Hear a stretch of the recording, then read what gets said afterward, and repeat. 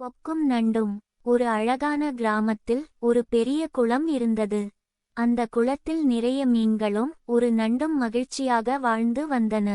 அதே குளத்தின் கரையில் ஒரு கொக்கு வாழ்ந்து வந்தது. அந்த கொக்கு தினமும் குளத்தில் இறங்கி மீன்களை பிடித்து சாப்பிட்டு வந்தது. ஒருநாள் கொக்கு மனதில் ஒரு தந்திரம் தோன்றியது. அது சோகமாக நடித்துக்கொண்டு மீன்களிடம் சொன்னது, இந்த குளம் சீக்கிரம் உலரப்போகிறது. இங்கே நீங்கள் இருந்தால் எல்லாரும் இறந்துவிடுவீர்கள்.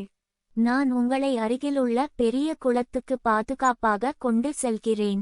மீன்கள் பயந்து போயின.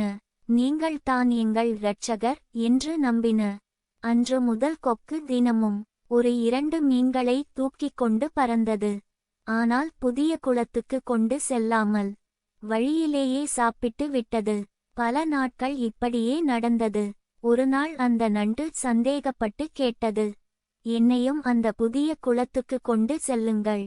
கொக்கும் சம்மதித்தது. பறக்கும் போது நண்டு கீழே பார்த்தது. அங்கே நிறைய மீன் எலும்புகள் கிடந்தன. உடனே நண்டுக்கு உண்மை புரிந்தது. இந்த கொக்கு எல்லாரையும் ஏமாற்றி சாப்பிட்டிருக்கிறது என்று. அடுத்த நொடியே நண்டு தனது கூர்மையான நகங்களால் கொக்கின் கழுத்தை பிடித்து இறுக்கினது. கொக்கு வலியால் கீழே விழுந்தது. அதற்கு அதன் போய் செயலுக்கான தண்டனை கிடைத்தது. நண்டு பாதுகாப்பாக குளத்துக்கு திரும்பி மற்ற மீன்களை காப்பாற்றியது. அதன் பிறகு அந்த குளத்தில் எல்லோரும் சந்தோஷமாக வாழ்ந்தனர். நீதி: பொய் சொல்லி ஏமாற்றுபவன் ஒரு நாள் புத்திசாலியிடம் சிக்குவான்.